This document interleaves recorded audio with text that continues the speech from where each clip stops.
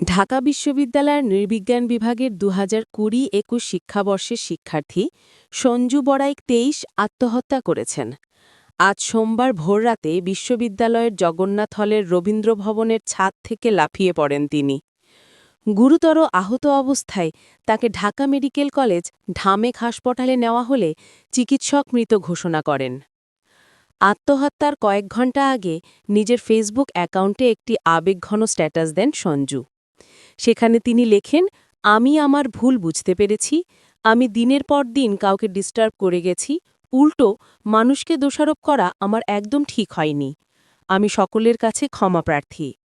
আমি দিনের পর দিন অন্যায় করেছি, নিজের দোষ থেকে অপরজনকে দোষ দেওয়া আমার ঠিক হয়নি। আমি সকলের কাছে ক্ষমা চাইছি। আমার কারণে কারো কোনো ক্ষতি হলে সে দায় একান্তই আমার, আমি ক্ষমা চাইছি। হলের সিসিটিভি ফুটেজে দেখা গেছে সঞ্জু ভোরের দিকে ছাদে যান এবং প্রায় ১.৫ ঘণ্টা সেখানে অবস্থান করেন। সকাল ৫টা ৩৬ মিনিটে এক পরিচ্ছন্নতা কর্মী তাকে ছাদ থেকে লাফ দিতে দেখেন। এরপর দ্রুত বিষয়টি দারোয়ান ও হল প্রাধ্যক্ষকে জানানো হয়। তাকে উদ্ধার করে দ্রুত হাসপাতালে নেওয়া হলেও শেষ রক্ষা হয়নি। ঢামেক হাসপাতাল পুলিশ ক্যাম্পের সহকারী ইনচার্জ মোহাম্মদ মাসুদ আলম আজকের পত্রিকাকে বলেন, ভোররাতে ঢাকা বিশ্ববিদ্যালয়ের কর্মীরা সঞ্জুকে হাসপাতালে নিয়ে এলে কর্তব্যরত চিকিৎসক তাকে মৃত ঘোষণা করেন।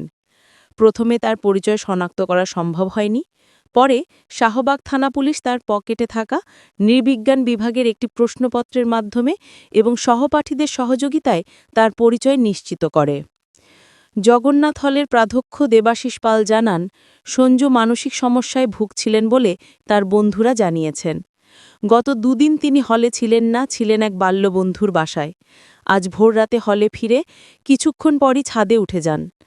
এই বিষয়ে জগন্নাথ হলের আশিবাসী শিক্ষার্থী ববি বিশ্বাস জানান, সঞ্জুর সাঁওতাল গোষ্ঠীর এক মেয়ের সঙ্গে সম্পর্ক ছিল। কিছু বিষয় নিয়ে তাদের মধ্যে কিছুটা মনোমালিন্য চলছিল।